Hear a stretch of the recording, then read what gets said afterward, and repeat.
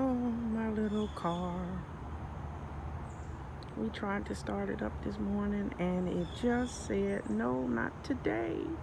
Not today. So it's officially, we already know it broke down. But basically what we're trying to do now is just, I was thinking about selling it for parts, but it's got to be some kind of person out there who really loves Acura Integras and wants this vehicle. So I'm just going to put it out there before I get rid of it.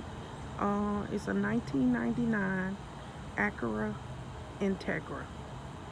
1999 Acura Integra.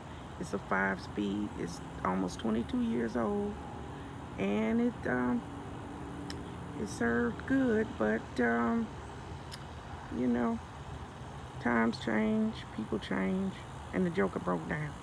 Okay, but it's right here at my house. So if you're interested, let me know. Like and comment on this video so I'll know that you're interested. If not, like I said, I'll try to sell it for parts or do whatever I gotta do. Okay, have a good day, have a blessed day, and remember, be happy, be joyful, and treat people with respect wherever you go today. Thank you. Thanks for stopping by my channel.